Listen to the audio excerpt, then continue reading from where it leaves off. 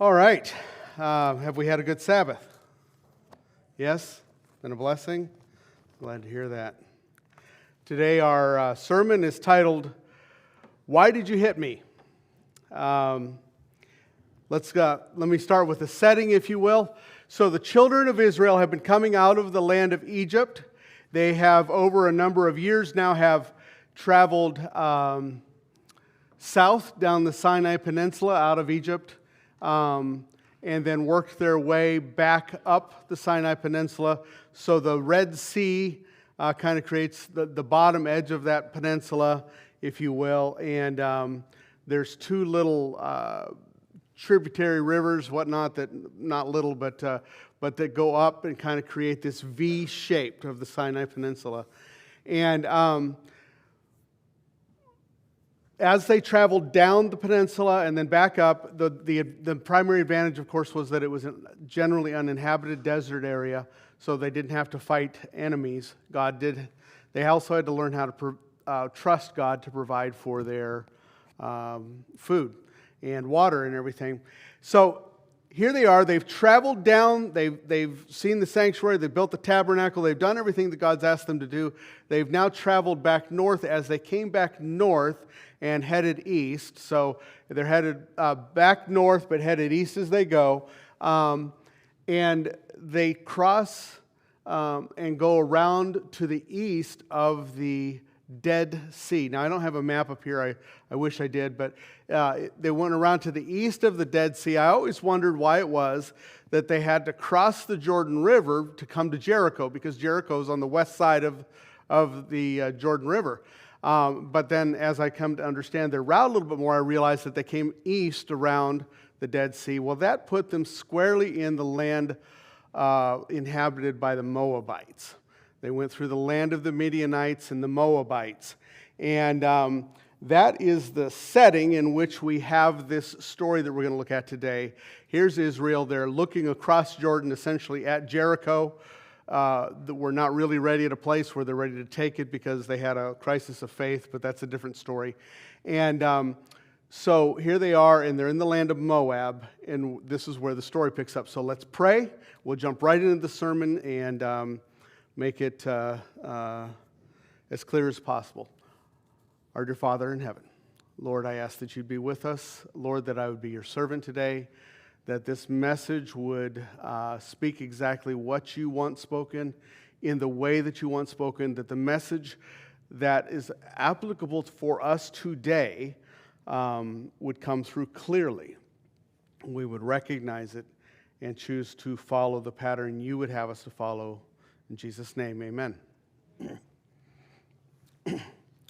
Open your Bibles with me, if you would, to Numbers chapter 22. Numbers chapter 22. Most everything that we do today is going to come out of 4 chapters, Numbers 22, 23, 24, and 25. We will turn briefly somewhere else, but this story is generally encompassed in those chapters. Numbers chapter 22 is our start point. Numbers 22, and beginning to read in verse 1 of Numbers 22. I'm reading out of the New American Standard Bible today. Numbers 22, verse 1. Then the sons of Israel journeyed and camped on the plains of Moab beyond the Jordan, opposite Jericho. So again, that's your setting. They're in Moab. They're on the plains of Moab. They're camped opposite of Jericho. Jericho is across the Jordan River. Now Balak, verse 2, Balak the son of Zippor saw all that Israel had done to the Amorites. So the Amorites were some other people that Israel had already traveled through. They had traveled as they're going. There was a lot less people back then. And so even though you're traveling through someone's land, you might not necessarily come in direct contact with some of these people. So they had come through some different areas. And in some they had stopped and asked permission. Some had said, no, you can't come through our land. And some had just attacked Israel when they traveled through their area. And the Amorites were one of these groups of people where they had traveled through the land of the Amorites. The kings of the Amorites had attacked them. They had destroyed the Amorites, and this is what's being referred to here. He saw what Israel had done to the Amorites. Verse 3, so Moab was in great fear because of the people, for they were numerous, and Moab was in dread of the sons of Israel.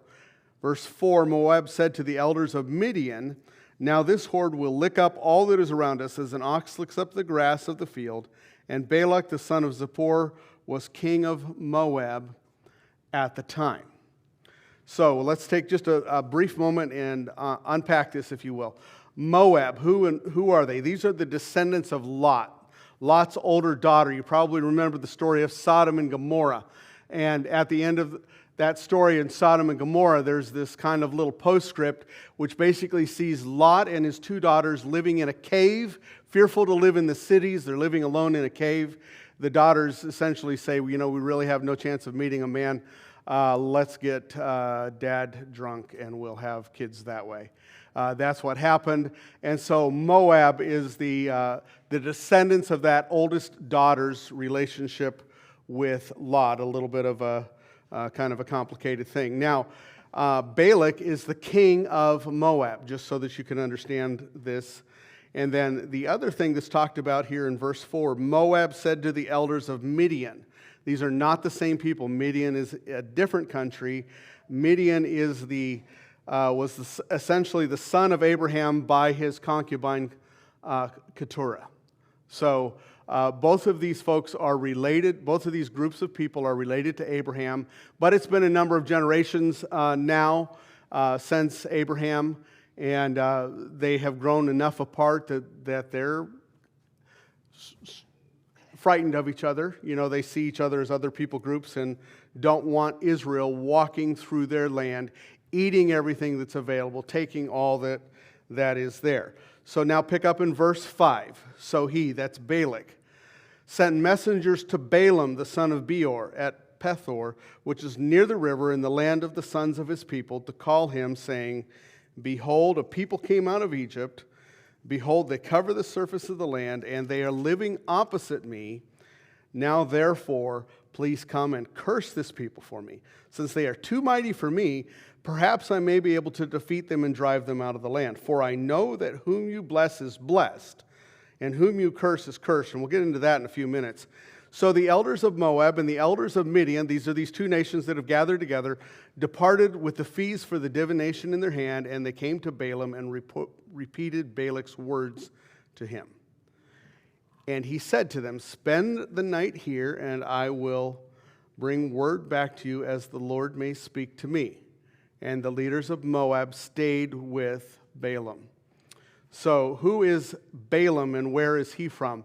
So Balaam is described likely in one place in chapter 23, verse 7. Balaam is described as from Aram. Some Bibles translate Aram as Syria. Another place to understand this is when Abraham and his family came out of Ur of the Chaldees way back. If you recall, they sent first a servant back for a wife for their son, and then eventually their grandson ended up going back there to the homeland to get a wife for him. And they are described as people of Aram or people, so these are likely people of the Chaldean descent, but perhaps Syrian. So this is where he comes out of. These are people who are not unknowing of God, is the point that I'm trying to make in this. This is not like thousands of years after the flood. There is some time in between the flood and this story. But there are still descendants of some of these people who know and understand God. And Balaam, he's not Moabite. He's not Midianite. He doesn't live in those lands. He's actually nowhere near them. Okay? But he's known as someone who speaks and those things happen. He's also not Israelite, although there's likely some blood there that connects him through Abraham because of the description of his descent. So they send for him, and he's called very specifically, and the reason is given there in verse 6. I know that who you bless is blessed, and he whom you curse is cursed. So in other words, the things that Balaam speaks happen. That's why they sent for this man. The word, here's this large group of people. They look like they could beat them at war. They look like they could eat everything that's in the land. And they send for help. And they say, would you please come and would you curse these people? Because I know what you say happens. Now, we'll take a little time and break that down further as we go on. Now, they bring with them money and a promise of great honor. And they get a response from Balaam that says, spend the night, let me talk to God. At this point in time, it looks like a relatively promising situation. Relatively promising. Verse 9. Then God came to Balaam and said, who are these men with you? And Balaam said to God, Balak the son of Zippor, king of Moab, has sent word to me. Behold, there is a people who came out of Egypt and cover the surface of the land, and now come and curse them for me. Perhaps I may be able to fight against them and drive them out. And God said to Balaam, do not go with them. You shall not curse the people, for they are blessed. So let's break this down just a little bit. God and Balaam have a talk. I think it's important that you recognize here, I've talked with you multiple times about the idea of talking with God. God has real conversations with people. God has real conversations with people. God will tell you clearly what He wants you to do if you're willing to listen to that. Now, He'll tell you in different ways. In this particular case, it would appear that He talked with him directly. But God will tell you clearly what He wants you to do. If your relationship with God is still a nebulous, I'm going to pray about it, and I hope that maybe someday God will do something, but He never seems to respond, He never seems to hear me, then maybe we should talk, because there's more available there for you. So God and God and Balaam have a talk. God says, who is here with you? Where are they from? He knows, of course, all this. Why are they here? He's looking for Balaam to specify, to tell him some details. Details God already knows. But then he goes on to say, you shall not go with them. Verse 12 is the key verse in this story. You shall not go with them. You shall not curse them, because they are blessed. God's very clear on this. No, you're not going to go with them. No, you're not going to curse them, because they are blessed. Now, verse 13, same story. Balaam arose in the morning and said to Balak's leaders, go to your land, for the Lord has refused to let me go with you. And the leaders of Moab went to Balak and said, Balaam refused to come with us. So what did God say? God said, no, you may not go. You may not curse them, because they are blessed. Balaam said, God won't let me go. Sorry. They went back and told Balak, he's not going to come. Said he's not coming. So what is left over for Balak to assume? Balak thinks this is a negotiation tactic. Now, let me be clear, if Balaam had said directly from the beginning exactly what God told him, God said, no, I'm not allowed to curse these people. They are blessed people. This would have all been over. The story would have been a little footnote, right?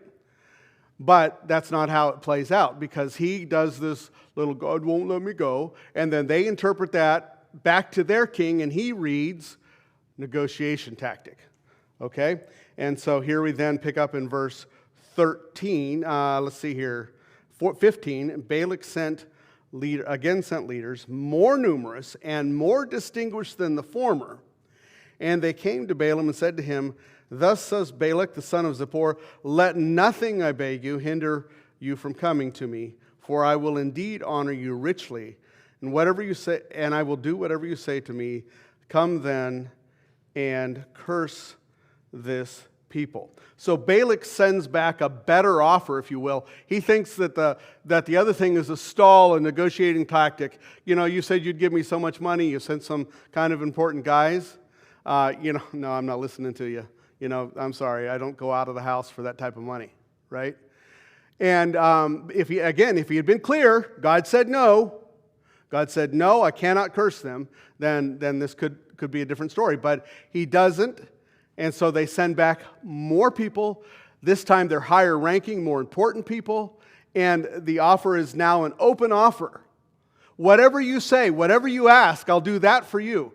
You name your price, I'll do that. Just come. Please, just come and do this for me. And then Balaam, let's see here. More important people, more riches. He left that door open. It looks like a better negotiating price. So let's see here. But then he again tells them to stay the night. I want to pick that up in verse 18. Balaam replies to the servants of Balak, though Balak were to give me his house full of silver and gold, I could not do anything, either great or small, contrary to the command of the Lord my God. Now please also stay here tonight, and I will find out what else the Lord will speak to me. So he asked them to spend another night, and basically what he's doing is he's taking this back to God because he doesn't like the first answer. Let's be honest, he doesn't like the first answer. That's what this is about. Please remember, whenever you read the Bible, like John was talking about Jesus, and he said, these words that I've recorded here, this is just a little tiny bit of it. If everything that he said and did was recorded, I suspect all the books in all the world couldn't contain all of that information. So don't assume that what you read here is just, this is it. That's the story. They didn't really feel emotions. They didn't have any thoughts. So Balaam is not really happy with this answer. He wants something out of this deal. What does he want? What does Balaam, the prophet, want out of this deal? He wants the riches and honor that come with doing this job. Right? They've sent people, they said, we know that whoever you curse is cursed, whoever you bless is blessed. We know you're an important man. We think that if you would come and do this, you would help us win this battle. And as a matter of fact, we'll pay you whatever your cost is. Just come. And Balaam likes those terms. He'd like to be able to do this job. He'd like to be able to earn that money. He'd like to be able to pronounce that curse and have them pay him and then watch Moab win the battle. And everybody says, Balaam, you are the man. Anytime we're in trouble again, we'll be calling you, right? He likes that. And so he brings this back to God. But what had God already said in verse 12? No, you may not go with them. You may not curse them because they are a blessed people. You can't go. Does God change his mind? He doesn't change his mind, although it kind of reads that way right here. Let's look at it. Verse 20. God came to Balaam at night and said to him, if the men have come to call you, rise up and go with them. But only the word which I speak to you shall you do. So Balaam arose in the morning and saddled his donkey and went with the leaders of Moab. So God allows Balaam to go. Did God change his mind? He didn't.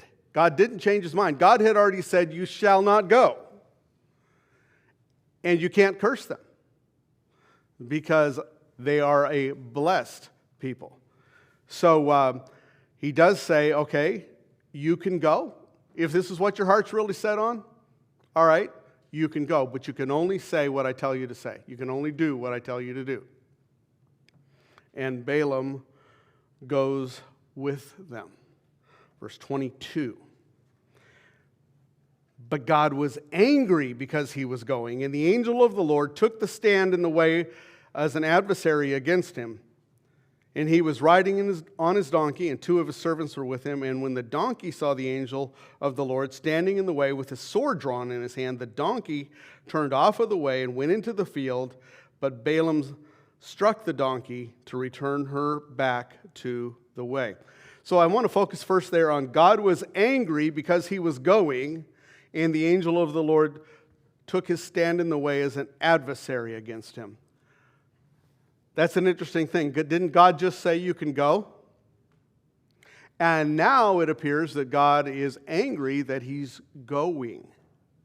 That's interesting.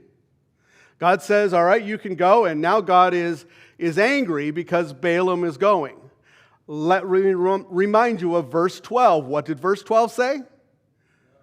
No, you can't go, and you can't curse them. What is Balaam trying to do? He's trying to go and curse them because he wants the money, he wants the riches and honor that come with doing this job. If he was not interested in the job, if he'd said, you know what, God said no, and I don't want to break what God said, he would have ended this a long time ago. But he's pleading with God, please let me go. Isn't there like some little curse I could do? Isn't there some way that I could earn some money here? Please help me. I'd like to do this. Think of how nice it would be if I were like a rich guy and I could help lots of people in town with all the money that I got from doing this job. Right? What he's doing is he is trying to get, I'm a grandfather, right? And I have children and I have grandchildren. My 2 oldest grandchildren are 6 years old right now. I love them dearly, but with every command, there is a negotiation that follows. Now, it wasn't necessarily that way with my children, because when my children were little, they learned that when Dad said no, no meant no. They learned that young. My grandchildren, I love them dearly, haven't necessarily learned that same pattern. They've learned that no can leave room for some negotiation. So, can I have this toy in the store? No, you can't. Well, please, could I just this one time, couldn't I have? No, you can't. Well, please, couldn't I just? No, you can't. Right? So this is what Balaam essentially is doing with God. It's this no plus negotiation. Well, I know, God, that you said no, but here they are again, and they're offering more money, and these are some more important people. Couldn't I please just go with them? Let me just go with them, and let me at least just look at the people. You know what I mean? And I'll size things up. Maybe it's not quite the way you thought it could be. Maybe I could just do like a little curse. Maybe it wouldn't be, such a, right? He's negotiating with God. And God finally says, all right, you know what? Fine. If that's what you want to do, if that's what you want to be stubborn, you go down that path. Go do that. But you're only going to speak what I tell you to speak. And now here they are, and they're riding on the donkey, and the donkey sees the angel of the Lord. And Balaam does not. He strikes the donkey to get it back on the path. Verse 24. The angel of the Lord stood in a narrow path of the vineyards, with a wall on this side and a wall on that side. And when the donkey saw the angel of the Lord, she pressed herself against the wall, pressing Balaam's foot against the wall. So he struck her again. So the first time was, if you can imagine, a bigger, wider, open area. And here they are, they're traveling down the path, and the angel of the Lord is there. And the angel of the Lord is standing, described as holding a sword in his hand. And the donkey sees the angel of the Lord. Now, let me ask you a question here. Between the donkey and Balaam, which one is supposed to be the one talking to God? Which one is supposed to be, close to God? How is it that God has to speak to the donkey because Balaam is so blind? Do you understand what I'm saying? God is trying to say, no, I said no, I meant no, don't go. And so here we are the second time. The donkey, the first time, is kind of veered around the angel because the angel's in a little bit more open area. He beats the donkey trying to get it back on the path. Then they come to another section, and this time it's walled on both sides, and the angel chooses this place and stands with the sword drawn again. And this time the donkey sees it, tries to move over to the side, ends up crushing Balaam's foot up against the side, and Balaam again gets angry and strikes out at the donkey. Now verse 26. The angel of the Lord went further and stood in a narrow place where there was no way to turn to the right or to the left hand. When the donkey saw the angel of the Lord, she laid down under Balaam, so Balaam was angry and struck the donkey with his stick. And the Lord opened the mouth of the donkey, and she said to Balaam, "What have I done to you? Why have you struck me these 3 times?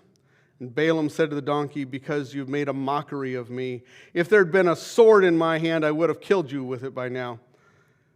The donkey said to Balaam, am I not your donkey on which you have ridden all your life to this day? Have I ever been accustomed to do so to you? And he said, no. So here we are, a third time.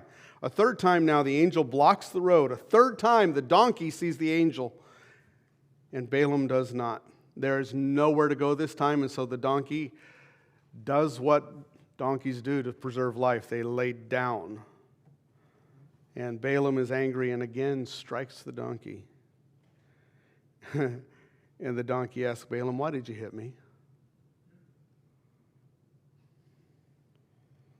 Balaam then responds to his donkey. Now,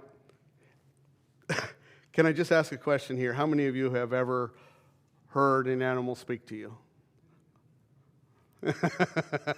I know some animal lovers in the room will say, okay, yeah, Have you ever had an animal say to you, why have you hit me? Here's the thing. Let me back it up and put this in real life, in your life, not Balaam's life. Sometimes God tells us no, and sometimes we try to push ahead with our own plan anyway. And usually when we do, there arise problems. Now, there's always problems in life, we know that. But usually when we choose to ignore God's counsel, there arise problems. And we begin to get more and more angry. I know that has been a pattern in my own life. My wife has been a witness to this. As I begin to lose my temper, as everything seems to fall apart of this big plan that I've got in my mind, a plan that I know fully and well that God already told me no. Now, fortunately, God is good and has turned me away from doing that very often anymore.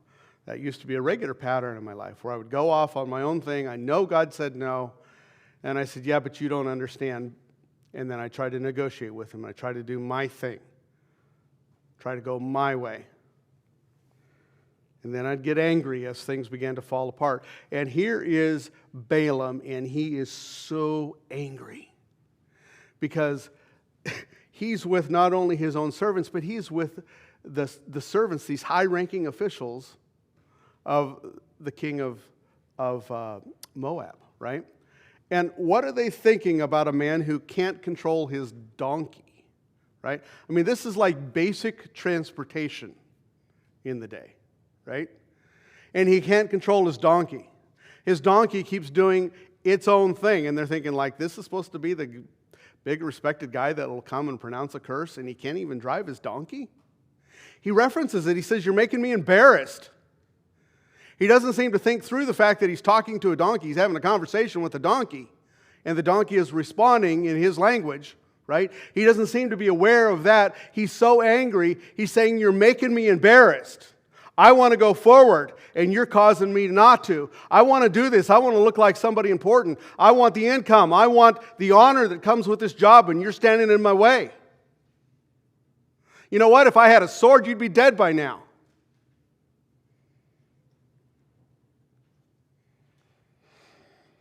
And the donkey says, I've been your donkey for many years. Have I ever done anything like this to you before? I think maybe there might be a reason. Verse 31. The Lord opened the eyes of Balaam, and he saw the angel of the Lord standing in the way with his drawn sword in his hand, and he bowed all the way to the ground. And the angel of the Lord said to him, why have you struck your donkey these 3 times? Behold, I have come out as an adversary because your way was contrary to me. You're going the wrong way. I'm trying to let you know you're going the wrong way, Balaam. But the donkey saw me and turned aside from me these 3 times. If she had not turned aside from me, I would have surely killed you just now and let her live. Wow. So God finally opens Balaam's eyes. Why haven't his eyes been able to see this prior to this? Have you ever heard the term blinded by greed? Blinded by greed. Balaam is the one who's supposed to be the servant of God. Balaam is supposed to be the one who talks to and listens and hears God. If anyone had been able to see an angel in that group, it should have been Balaam. But he was blinded by greed. He saw what he wanted to see, and what he did not want to see right now is an angel blocking his way to his path to success. He saw a way forward that looked really good for Balaam, and he liked it, and he wanted it badly. And he was willing to ignore everything else that stood in his way, even the God he supposedly served. Verse 34. Balaam said to the angel of the Lord, I have sinned, for I didn't know that you were standing in my way against me. Now then, if it's displeasing to you, I'll turn back. Okay, so let me phrase that a little bit more modern English, if you will. There's two ways you could say this. You see an angel of the Lord standing in the way. Your eyes have finally now been aware. The angel has said 3 times, I almost killed you. Thankfully, your donkey was smart enough, right? Your way is contrary to me. You're not supposed to be going this way. And so he says, well, you know, I'm sorry, I sinned. I shouldn't have done that. You know, if you really don't want me to do this, I guess, you know, maybe I could go home. You know what I mean? Or you could say, thank you, Lord, for making it clear to me you don't want me to do this. I will turn and go home now. There's 2 different ways he could approach that. He took the, I'd really like to keep moving on. If you're going to force me, I guess I'll go home. Make sure you're reading context, and you can begin to see these things start to come out more and more clearly in these stories. Verse 35, the angel of the Lord said to Balaam, go with the men, but you shall speak only the word which I tell you. And we're going to get to that in a minute. So Balaam went along with the leaders of Balak. Verse 36, Balak heard that Balaam was coming, and he went out to meet him in the city of Moab, which is on the Arnon border, at the extreme end of the border. And Balak said to Balaam, did I not urgently send to you to call you? Why did you not come to me? Am I really unable to honor you? So again, he's reading everything that Balaam is doing as a negotiation tactic. Seriously, I sent people, I said I'd pay you, I offered all this to you, they made this big long trip, they came back to me and, that wasn't enough money, so I sent more important people, and, here finally you are, do you not think I'm rich enough? Am I not important enough? What should I have come with myself? And $1 million, what do you need? So he's reading everything that Balaam is doing as negotiation. And verse 38 goes on to say, Balaam said to Balak, behold, I have now come to you. Am I able to speak anything at all? The word that God puts in my mouth, that I shall speak. So by now, God and Balaam are beginning to get things figured out between the 2 of them. Balaam's beginning to realize that God is going to allow him only to speak whatever God wants him to speak. Verse 39, Balaam went with Balak, and they came to Kirith-Huzzah, and Balak sacrificed oxen and sheep and sent some to Balaam and to the leaders who were with him. Verse 41, it came about in the morning that Balak took Balaam and brought him up to the high place of Baal, and from there he saw a portion of the people. 23, verse 1, don't let the chapters and verses mess you up. Remember, they're added later, so that's not the end of the story. 23, verse 1, Balaam said to Balak, build 7 altars for me here. Prepare 7 bulls and 7 rams for me here. And Balak did just as Balaam had spoken. And Balak and Balaam offered up a bull and a ram on each altar. Then Balaam said to Balak, stand beside your burnt offering, and I will go. Perhaps the Lord will come to meet me, and whatever he shows me, I will tell you. So he went to a bare hill. Now God met Balaam, verse 4, and he said to him, I have set up 7 altars. I've offered a bull and a ram on each altar. Then the Lord put a word in Balaam's mouth and said, return to Balak, and you shall speak thus. Now I'm not going to read the discourse. I'm not going to read the blessing that he gave, because he ends up offering a blessing instead of a curse. If you're not familiar with it, read it. Okay? There's plenty of time to read it this afternoon. But he ends up offering a blessing instead of a curse. Now jump down to verse 11. Then Balak said to Balaam, what have you done to me? I took you to curse my enemies, but behold, you have actually blessed them. And he said, must I not be careful to speak what the Lord puts in my mouth? So he's brought Balaam in to do this. He said, first off, why didn't you come quicker? Don't you think I'm rich enough? But then he takes him up to the high place of his god, Baal. That's the god, one of the gods of Moab. He takes him up to Baal. And there they build 7 altars. They offer sacrifices on each. Even though obstinately it's to God of heaven, they do it at Baal's spot. Interesting. And then Balaam ends up pronouncing a blessing on them instead of a curse. And Balak says, I brought you in to do a curse. And Balaam says, you know what, I can only speak what God tells me to speak. That's what I can do. But he continues to try to push forward. Remember, this is not a man who's committed to God. Strangely enough, he's not a man who's committed to God. At the end of the story, we actually see him end up dead because of some of this. But he made some choices that headed him down a path opposite of what God was telling him to do. Okay? So when we then pick up in verse 13 of the same chapter, 23, verse 13, Balak said to him, let's hold on. We'll get to that in a minute. Turn to Psalm 81. I just want to read you a few verses out of Psalm 81, and then we'll return with verse 13. Psalm chapter 81. I know we're late, and I know meal is getting ready here, and I know you're hungry. Psalm chapter 81, verse 11. Do me a favor. Whenever you're reading God talking about his people and about Israel, don't think of that as old Israel, those stupid people who did bad things. Recognize that you are also now modern Israel. You are God's people now, right? So a lot of times when it says Israel did this, what God is saying is my people. If my people. Not if Israel. Not if, like the people who have a specific blood in them would do this. He's meaning if my people would. Okay? So here we are in Psalm chapter 81, verse 11. But my people did not listen to my voice. Israel, again, my people did not obey me. So I gave them over to the stubbornness of their heart to walk in their own devices. This is what Balaam is doing. God has said, no, you may not go, you may not curse them. And Balaam is continuing to push forward. He's trying to negotiate. He's in his own stubborn heart, he's saying, I'd like to keep moving this. I'd like to be able to win this contract. I'd like to be able to pronounce this curse. I'd like to be able to reap the rewards from this payday. So I gave them over to the stubbornness of their heart to walk in their own devices. Oh, that my people would listen to me. Oh, that Israel, again, my people would walk in my ways.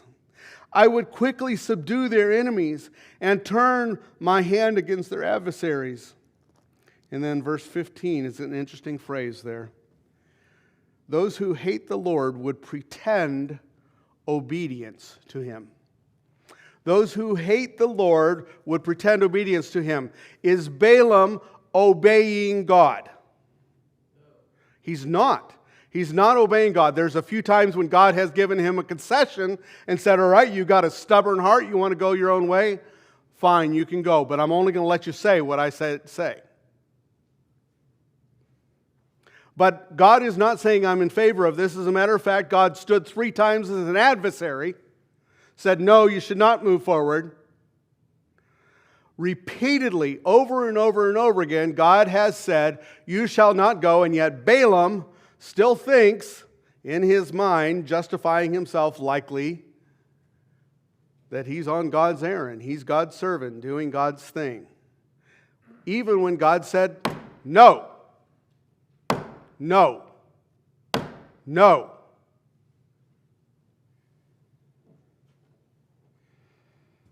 Back to Numbers. Numbers 23. We're almost done with this, promise. We're right in the final minutes. Numbers chapter 23, verse 39. Nope, we already read 39. Let's keep moving on. I want to get down to Numbers 23, verse 13. I'm sorry. That was 22, 39. 23:13. I could be much more clear. Then Balak, that's the king, said to him, "Please come with me to another place from where you may see them, although you will see only the extreme end of them, and they will not see all of them, and curse them from me there." So he took them to the field of Zophim on the top of Pisgah, and built 7 altars, and offered a bull and a ram on each altar. Archaeologists think that likely this is another place where Baal worship was set up, so this is another holy place of the god of the king of Moab, right? They've taken him now to this high hill. And they said, "Look down, now you'll only see a part of them, and this time I want you to curse them." Okay? And again, they build the altars. Again, they offer the offerings. And again, he offers a blessing, not a curse. Verse 25. And Balak said to Balaam, "Do not curse them at all, nor bless them." In other words, stop talking. I wanted you to come curse, and if you can't curse them, don't say anything. Please stop blessing them. Verse 26, but Balaam replied to Balak, "Did I not tell you, whatever the Lord speaks, that I must do?" You wonder why it is that he has this reputation of the things that he says are true. Because even though Balaam, the man, would like to collect, he'd like to win this big prize. He'd like to be the guy that everybody pats on the back and says, "You know what, thank you for helping us overthrow Israel." He can't be, because when he opens his mouth as the servant of God, God's words come out of his mouth. He can't help it. He wants to do the curse, or he can only do the blessing, because that's all that God will allow to come out of his mouth. Because he's speaking as a prophet of God, and God will only allow his prophets to speak the words God says. So didn't I tell you? I've made this clear. I can only speak what God tells me to speak. That's all. He's still trying to negotiate with God. For a third time, they take him to another location. We're not going to take the time to read that. For a third time, they take him to another location. And again, he does the same thing. Another high location, seeing just a portion of the people. Maybe from here. Verse 10 of chapter 24 goes on to say, Balak's anger burned against Balaam. This is after the third time, and he struck his hands together. I can't do it loud enough. Balak said to Balaam, "I've called you to curse my enemies, but behold, you have persisted in blessing them these 3 times. Now flee to your place." What's he saying? Get out of here before I kill you. Really? Okay. Flee to your place. I said I would honor you greatly, but behold, the Lord has held you back from honor. I promised to honor you if you would curse them. You can't. The Lord has held you back from doing that. And again, verse 12, Balaam said to Balak, "Did I not tell your messengers whom you sent to me, saying, though Balak were to give me his house full of silver and gold, I could not do anything contrary to the command of the Lord, either good or bad of my own accord. What the Lord speaks, that I will speak." He does not have a choice. He has a choice in his physical movements, and he's doing everything he can to say, "God, I don't want to do that. I want to do it my way. I don't want to stay at home. I don't want to miss out on this opportunity. I don't want to. He's like that, that frustrating 3-year-old that you see on the grocery store floor, kicking and screaming and shouting that they want whatever. I need that cereal. It's so terribly important to me, until mom and dad finally give in and let them buy the cereal that they want that's going to bring them so much happiness. So from that much, God is giving him a little bit of slack. But he can't stand up as the prophet of God and speak a curse against God's people. God won't let him. Not physically able to do that. So let's bring this down to now. We've talked regularly about talking with God and listening to God. And that God would speak. And that you would be able to hear him. There's various ways that he speaks. You and I know that. I hope you've experienced that. Sometimes when we feel like we're not hearing God, it's because God has said no. He's been clear on no. and we continue to bring the matter back to God because we're not happy with the answer. We don't like this. We'd like to go our own path. I'm going to give you an example from my own life.